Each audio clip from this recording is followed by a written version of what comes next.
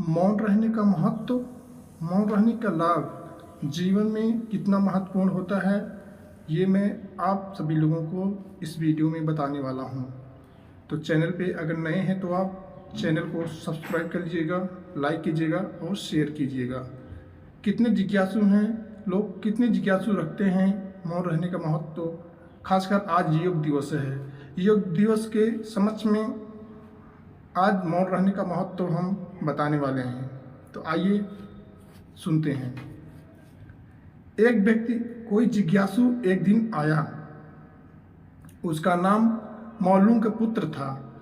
एक बड़ा ब्राह्मण विद्वान 500 शिष्यों के साथ बुद्ध के पास आया था। निश्चित ही उसके पास बहुत सारे प्रश्न थे। एक बड़े विद्वान के पास ढेर सारे प्रश्न होते हैं। समस्याएं। बुद्ध ने उसके चेहरे की तरफ देखा और कहा, मौलूम के पुत्र, एक शर्त है। यदि तुम शर्त पूरी करो केवल तभी मैं उत्तर दे सकता हूँ। मैं तुम्हारे सिर में भनभनाते प्रश्नों को देख सकता हूँ। 1 वर्ष तक प्रतीक्षा करो, ध्यान करो, मौन रहो। जब तुम्हारे भीतर का शोरगुल समाप्त हो जाए, तब तुम्हारी भी की बातचीत रुक जाए, तब तुम कुछ भी पूछना और मैं उत्तर दूंगा। यह मैं वचन देता हूँ। मौलूम का पुत्र कुछ चिंतित हुआ। 1 वर्ष केवल मौन रहना और तब यह व्यक्ति उत्तर देगा, और कौन जाने कि वे उत्तर सही भी है या नहीं। तो हो सकता है 1 वर्ष बिल्कुल ही बेकार जाए, इसके उत्तर बिल्कुल व्यर्थ भी हो सकते हैं। क्या करना चाहिए? वह दुविधा में पड़ गया। वह थोड़ा झिझक भी रहा था। ऐसी शर्त मानने में इसमें खतरा था। और तभी बुद्ध का एक दूसरा शिष्य सारिपुत्र जोर से हंसने लगा। वह वहीं पास में ही बैठा था, एकदम खिलखिलाकर हंसने लगा। मौलूम का पुत्र और भी परेशान हो गया। उसने कहा, बात क्या है? तुम क्यों हंस रहे हो? सारिपुत्र ने कहा, इनकी मत सुनना, ये बहुत धोखेबाज हैं। इन्होंने मुझे भी धोखा दिया। जब मैं आया था तुम्हारे तो केवल 500 शिष्य हैं, मेरे 5000 थे। वह बड़ा ब्राह्मण था, देश भी में मेरी ख्याति थी। इन्होंने मुझे फुसला लिया।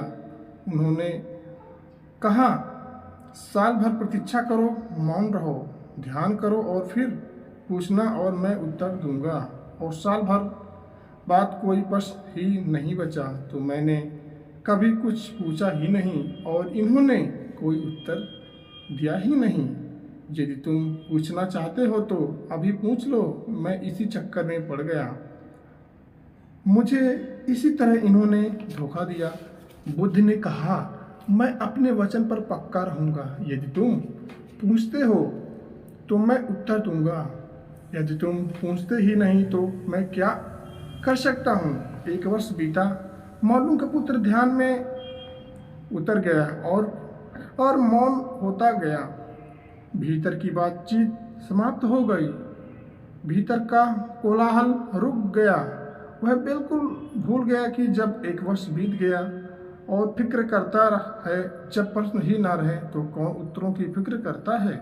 एक दिन अचानक बुद्ध ने पूछा, यह वर्ष का अंतिम दिन है। इसी दिन तुम 1 प्रश्न पहले यहाँ आए थे और मैंने तुम्हें वचन दिया था कि 1 वर्ष बाद तुम जो पूछोगे मैं उत्तर दूंगा।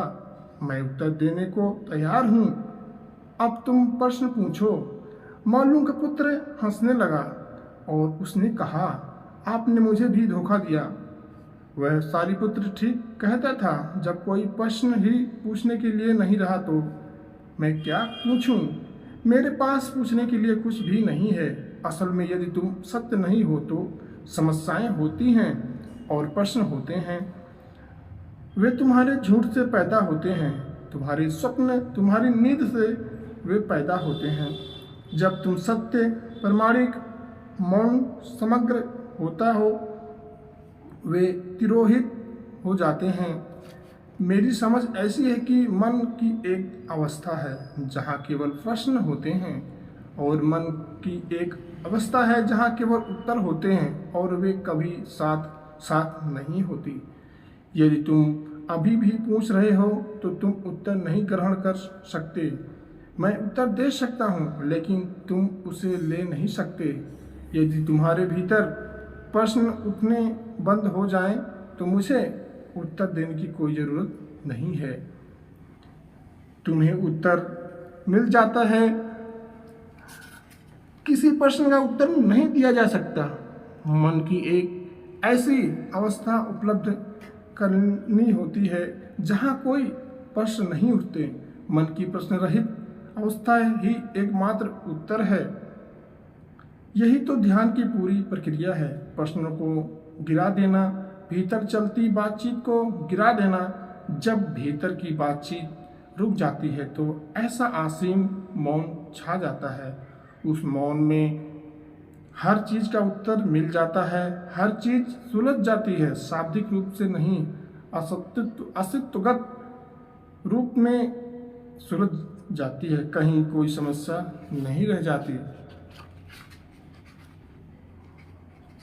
मौन का महत्व इंसान की जिंदगी में बहुत ही महत्व माना गया है। गौतम बुद्ध ने कहा है कि जो इंसान योगा करके अपने मन को शांति करता है और किसी प्रश्नों के उत्तर को खोजना चाहता है, वो सिर्फ कुछ समय तक मौन रहे और उसके उत्तर उसको खुद ही मिल जाएंगे। व्यक्ति कितना भी बलवान क्यों ना हो, व्यक्ति कितना भी क्यों हष्टपुष्ट क्यों ना हो, वे एक दिन इस धरती से चला ही जाता है। अगर इस दुनिया में मोक्ष पाना हो, कामयाबी पाना हो, तो सबसे पहले आपको अपनी तरफ देखना होगा, अपनी तरफ अपने आप को ढालना पड़ेगा उसके लिए जिसके लिए आपने कुछ किया है। कहते हैं कि अपने लिए नहीं तो दूसरों के लिए कुछ करो। अगर कुछ बनना हो तो सूर्य की तरह पहले तपो, तब कुछ बन पाओगे इस ज़िंदगी में। मौन का महत्व तो इस ज़िंदगी में इतना ज़्यादा है कि इंसान अगर मौन रह के कुछ भी करना चाहता है तो उत्तरों में उत्तर ढूंढ लेता है, प्रश्नों में उत्तर ढूंढ लेता है। यही कहानी बुद्ध ने सबको बताना चाहते हैं, यही उपदेश पूरे संसार को बताना चाहते हैं। खुद की पहचान करो। तथागत यह भी कहते हैं कि सबसे पहले व्यक्ति को खुद की पहचान करनी चाहिए। दूसरे की बजाय व्यक्ति खुद के बारे में ज़्यादा जानता है। उनका मत था कि बुराई से घृणा करो, बुरे व्यक्ति से नहीं। एक बार की बात है, किसी गांव के पास बहती नदी के किनारे बुद्ध बैठे थे।